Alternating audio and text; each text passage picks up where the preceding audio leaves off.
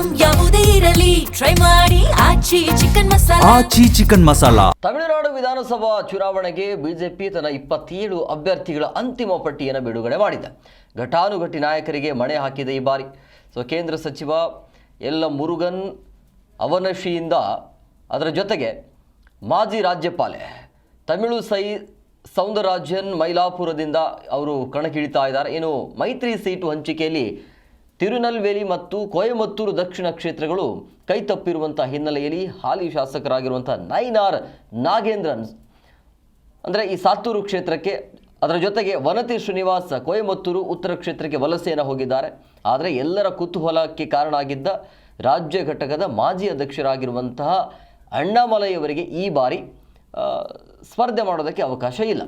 ಇನ್ನು ಇದರ ಬೆನ್ನಲ್ಲೇ ಪ್ರಧಾನಿ ನರೇಂದ್ರ ಮೋದಿಯವರು ಪುದುಚೇರಿಯಲ್ಲಿ ಭರ್ಜರಿ ರೋಡ್ ಶೋವನ್ನು ಕೂಡ ಮಾಡಿದರು. ಪ್ರಧಾನಿ ಮೋದಿಯವರು ನೋಡಿ ರಸ್ತೆಯ ಇಕ್ಕೇಲುಗಳಲ್ಲಿ ಜನ ಸೇರಿದ್ರು ಅಲ್ಲಿ. ಏಪ್ರಿಲ್ 23ರಂದು ಮತದಾನ ನಡೆಯುತ್ತೆ. ಮೇ 4ರಂದು ರಿಸಲ್ಟ್ ಅಂದರೆ ತಮಿಳುನಾಡಿನ ಅಂತಿಮ ಫಲಿತಾಂಶ ಕೂಡ ಪ್ರಕಟ ಆಗುತ್ತೆ. ಬಟ್ ಇಲ್ಲಿ ಅಣ್ಣಾಮಲೈಗೆ ಟಿಕೆಟ್ ಇಲ್ಲ.